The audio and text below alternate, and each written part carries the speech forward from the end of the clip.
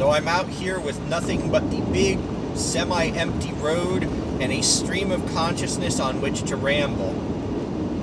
I wish to ponder something while I'm at it here. So there are a few kinds of theories, and I wouldn't even say theories as much as toxic colloquialisms in parenting.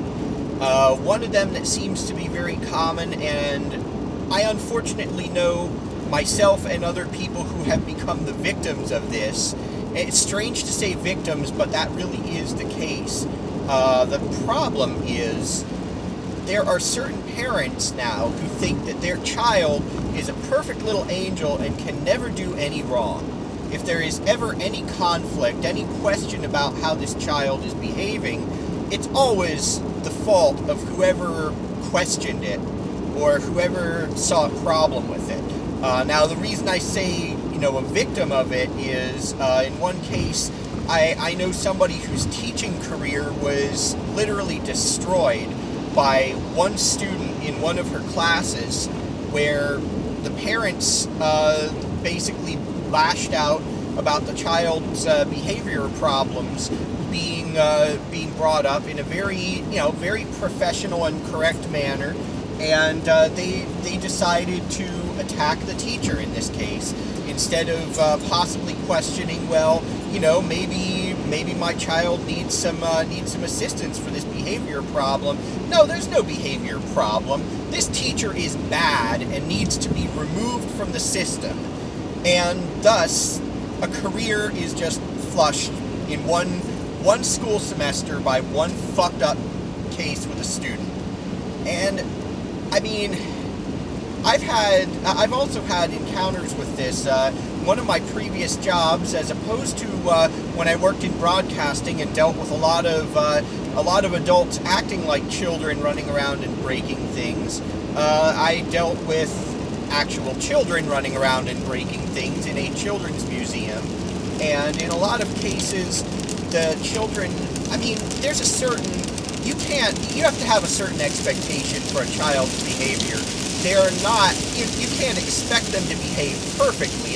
They're children. But then you run into some cases where a child has just been allowed to go completely fucked up amok by their parents, and if you question this, no, of course, my child is perfect.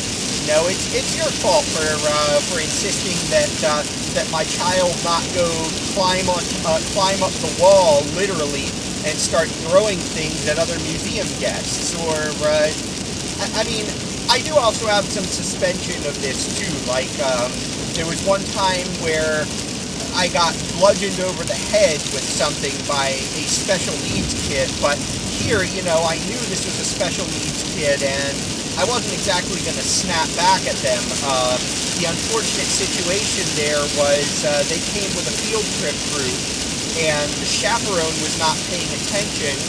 Not only that, but they had some kind of two-way radios with them. I think they were like some old model ICOM with the old slide-off brick batteries, kind of like you have on an old ICOM 2AT or Radio Shack HTX 202 or something like that.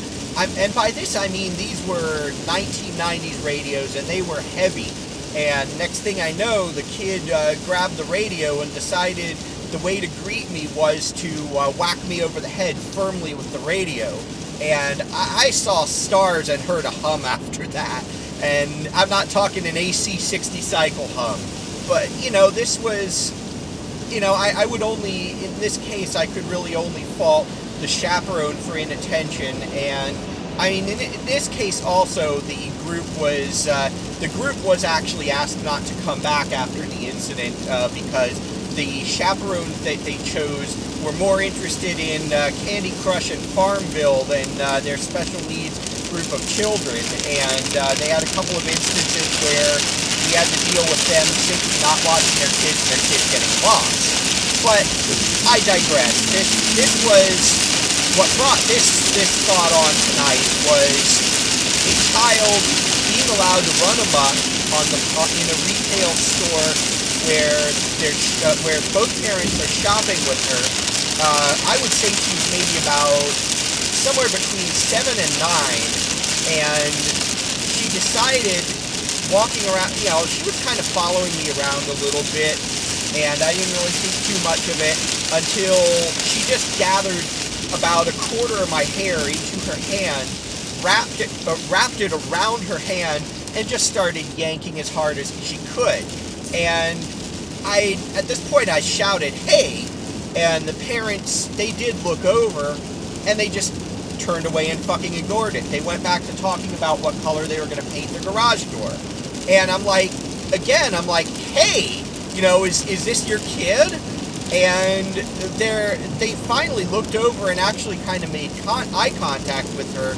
And then they looked at her for like a second and a half and looked away again. And I'm like, "Hey, aren't you going to do something?" At this point, I'm starting to hear the sound of my hair getting torn out of my scalp. And I'm like, you got to do something here. I'm starting to try to force her hand loose from my hair. And they're just, they're looking and they're like, finally, the dad laughs and is like, "Oh yeah, she's been acting up today." And I'm like, at this point, I didn't even know what to say. They're fully aware that her behavior is not acceptable. She even seemed to be aware that her behavior was not acceptable. She's looking back at the parents and is like, "Yeah, watch me get away with this shit." And this was just ridiculous. I dropped everything I'm holding and like, I'm trying to fight her loose. She's grabbing on with her other hand now, and the whole situation just fucking sucked at this point.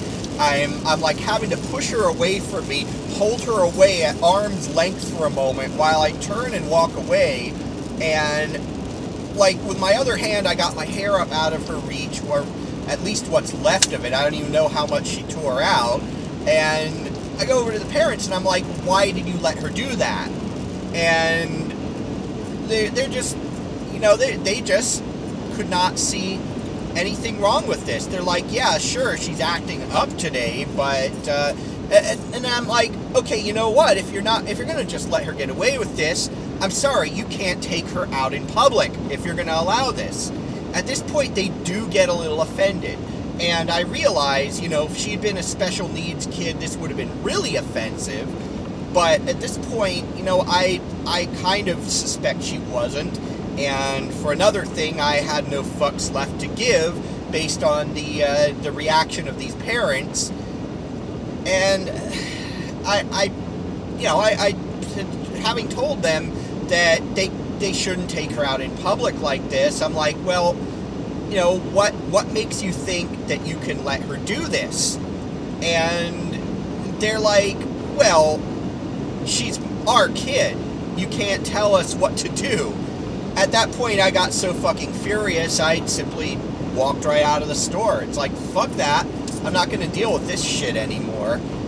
But, now I'm starting to feel bad for this girl because her parents have let her run amok. They're not disciplining her for any of her actions.